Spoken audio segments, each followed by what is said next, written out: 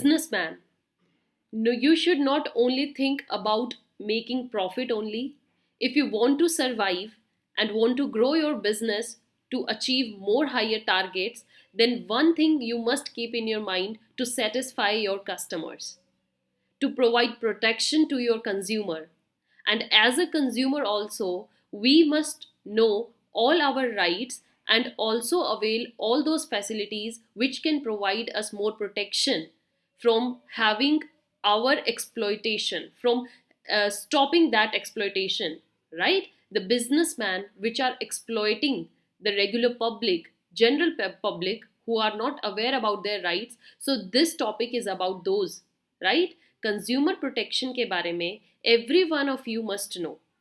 So let's start here. Hello everyone. Welcome to this channel of Business Studies.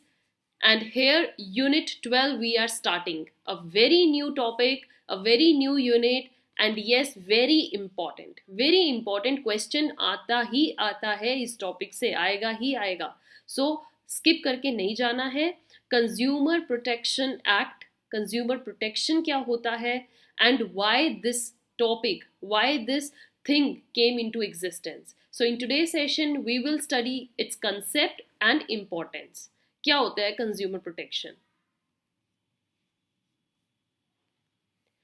सबसे पहले all of you should know what actually the consumer is. Who is consumer? Consumer कौन होता है? Everyone is consumer. Even businessman is also a consumer, क्योंकि कुछ ना कुछ चीजें तो वो भी कंज्यूम कर रहे हैं. सो कंज्यूमर वो पर्सन होता है जो मार्केट से कुछ भी खरीदता है, not only the goods but also if avails any service. For what? For his consumption, for his personal satisfaction. अपने लिए जब आप कुछ भी खरीद के लाते हो, जो चीज़ आपको यूज़ करनी है, जो सर्विसेज आपको एक्वायर करनी है, right? And what, these are not free, these are paid goods और services, right? These for this you pay a consideration. आप कोई प्राइस पे करके लाते हो, मार्केट से फ्री उन चीज़ों को नहीं लेकर आते. आपने कुछ पे किया है तभी आप अपनी आवाज़ उठाओगे ना. आपके साथ अगर कुछ गलत होगा, अगर किसी ने फ्री में आपको कोई चीज़ दे दी और वो अच्छी नहीं निकली, तो आप मन में ये मान के चलोगे अरे पैसों की थोड़ा सी ठीक है, ऐसी चलेगी, right? So for this consideration has been paid, या आप प्रॉमिस करते हो पे करने का, लाइक आप फ्यूचर के लिए उस चीज़ को ले आते हो. तो अ कंज्यूमर ये पर्सन होता है and he is said to be the dash of the market. Consumer को क्या बोला जाता है? He is the king of the market. Why he is the king? Tell us. Consumer को किंग क्यों बोला गया? तो कंज्यूमर को किंग इसलिए बोला गया है क्योंकि अभी क्या चल रहा है मार्केट में, बहुत कंपटीशन है. There is a fast growing competition in the market. और इस वजह से कुछ बिजनेसेस ऐसे हैं जो अपने आप को बहुत आगे ले जाने के लिए, या at that moment in the short period ज़्यादा से ज़्यादा प्रॉफिट कमाने के लिए अनफेयर ट्रेड प्रैक्टिसेस में इन्वॉल्व हो जाते हैं, राइट? सामान में मिलावट करना शुरू कर देते हैं, कम प्राइस की चीज़ को ज़्यादा प्राइस में बेचना शुरू कर देते हैं. And they start exploiting the customers. जो जनरल पब्लिक है, सीधे साधे लोग होते हैं जो सामान खरीदने जाते हैं, उनको कुछ भी पकड़ा देते हैं, राइट? कोई एक्सपायरी डेट हुआ प्रोडक्ट पकड़ा दिया, या कोई मिलावट हुआ कोई प्रोडक्ट दे दिया. फ्रॉम विच कस्टमर्स जो होते हैं, दे नीड प्रोटेक्शन, राइट? उनको प्रोटेक्शन चाहिए. और अगर कोई भी ऐसा प्रोडक्ट है, कोई भी ऐसी सर्विसेज है जो गलत निकल गई और कंज्यूमर्स ने उसके खिलाफ आवाज़ उठा दी, तो प्रोडक्ट और सर्विस, वो पर्टिकुलर ऑर्गेनाइजेशन, वो फर्म उसी दिन क्या हो जाएगी? मार्केट से एकदम से out of the market, out of the competition. They will not survive further, क्योंकि उनकी इमेज वहीं डाउन हो गई. दैट्स वाई कंज्यूमर्स जो होते हैं वो किंग होते हैं मार्केट के. अगर आपने किंग को खुश रखा तो समझिए आप सब खुश हो, आप अच्छे से वेल सेटल रहोगे मार्केट में, ग्रो करोगे टाइम पे अच्छे से. बट अगर आपके किंग ही नाराज हो गए, अगर वही लोग आपको पसंद नहीं कर रहे हैं, आपके प्रोडक्ट को अच्छा नहीं बता रहे हैं, then you will not survive even for a single day in a market, right? So here what it says further students, consumer protection इसलिए बहुत ज़रूरी है. एंड कंज्यूमर प्रोटेक्शन क्या है? It is an act. ये एक एक्ट आया, इसको कानून की द्वारा पारित किया गया. And this provide adequate protection. Protection दी जाती है जिसमें किसको? Protection to the customers against for what? Against unfair trade practices. कोई भी अनफेयर ट्रेड प्रैक्टिसेस अगर हो रही हैं, मिलावट का सामान हो रहा है, कंज्यूमर को एक्सप्लॉइट किया जा रहा है, सपोज कीजिए इंग्रेडिएंट्स उसमें कुछ गलत मिला दिए गए हैं, अनस्क्रूपुलस प्रैक्टिसेस की जा रही हैं, तो इन सब के अगेंस्ट एक जो उन पर आई रखता है, कंज्यूमर को जो प्रोटेक्शन दे सकता है, कंज्यूमर के साथ अगर कुछ गलत हुआ है तो वो कहाँ जाएंगे, this is the act which gives them the way and yes it protects the right of the consumers. Fine my dear students, then this consumer protection act जिसकी मैं बात कर रही हूँ, ये हमारा आया था 1986 में। It's a recent concept. So consumer protection act 1986 को हम फॉलो करते हैं, but now it is replaced by consumers protection bill. 2019 में कंज्यूमर प्रोटेक्शन बिल आया है जिसने अब उसको रिप्लेस कर दिया, और अब की जो भी टर्म्स या जो भी प्रोविजंस को हम फॉलो कर रहे हैं, एक्ट को जिसको फॉलो कर रहे हैं, वो है consumer protection bill 2019।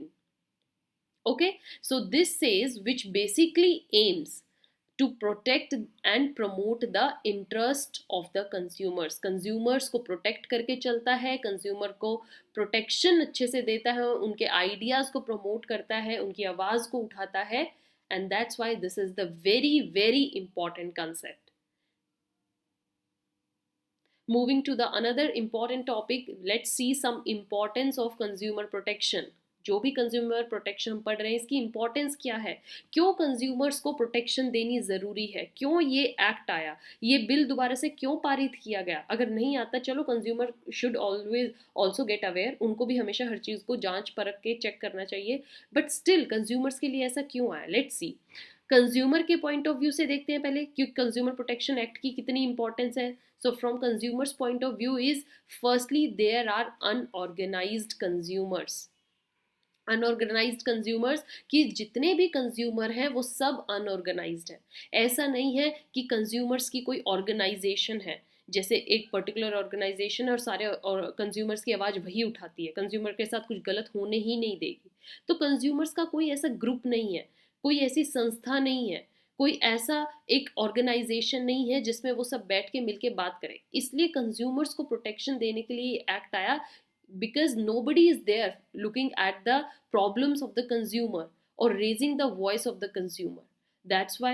then second is consumer ignorance।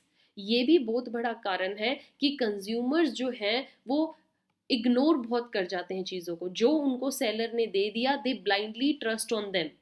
Okay whatsoever. अब देखिए, अगर हम एक पॉइंट ऑफ व्यू से देखें तो सेलर तो अपने वहां से स्टॉक को खाली करेगा ना, सेलर को क्या फर्क पड़ता है कि उसने क्या ऐसा कंज्यूमर को सामान दिया है, वो अपने वहां का स्टॉक खाली करेगा, हाँ जी ये बहुत बढ़िया है ये ले जाओ, हाँ जी ये मिठाई बहुत बढ़िया है इस मिठाई को ले जाओ, ये आपके लिए बहुत अच्छी रहेगी, ये बहुत बढ़िया है। But consumer should also get aware of everything. But majority of Indian population is uneducated, ignorant, they don't pay certain attention to check, like they will never check manufacturing date, expiry date, ingredients involved in them, trademark कोई, hallmark कोई, ये कोई चीज़ें check नहीं करता है, वो particular product organic है या नहीं है। देर आर सर्टेन पॉपुलेशन जो सिर्फ वेजिटेरियन है, they never check those ingredients. तो इससे क्या है, कंज्यूमर इग्नोरेंट है और इग्नोरेंस की वजह से उनके साथ बहुत गलत बात हो जाती है। That's why consumer protection act इसलिए भी आया कि जो कंज्यूमर इग्नोरेंट है, अनएजुकेटेड है, उनके लिए भी एक तरीके से came as a plus point. The third thing is widespread exploitation of consumers.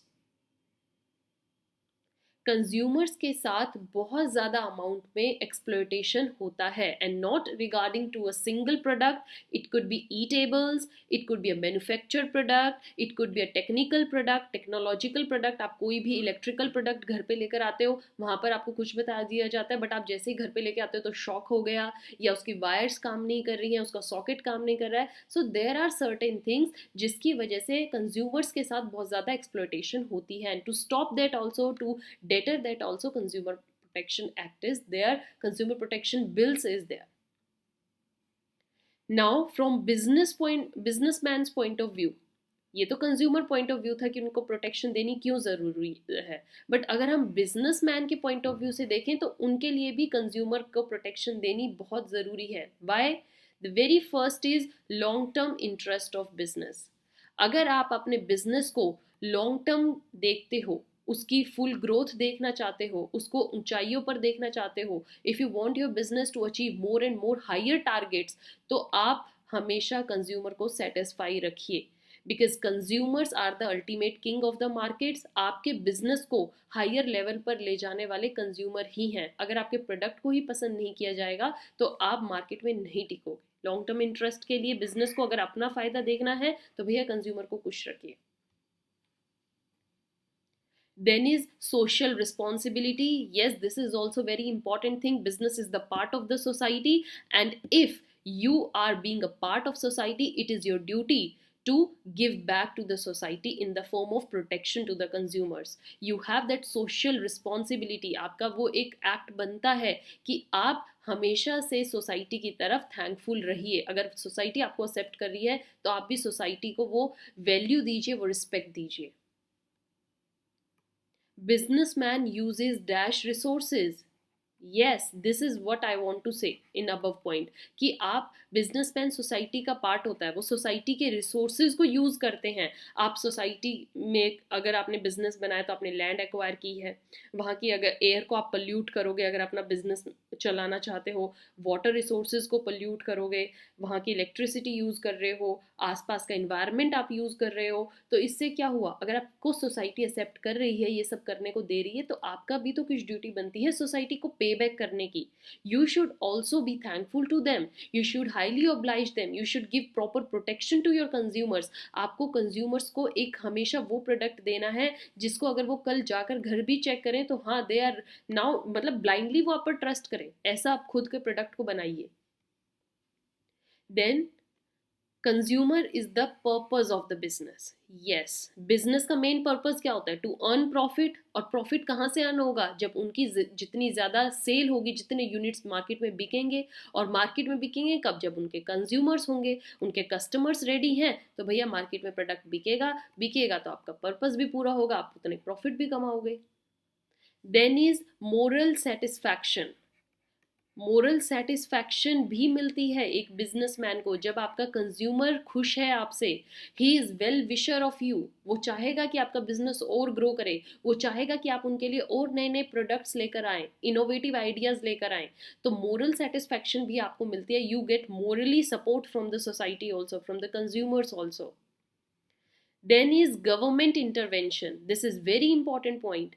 Government is not sitting idle.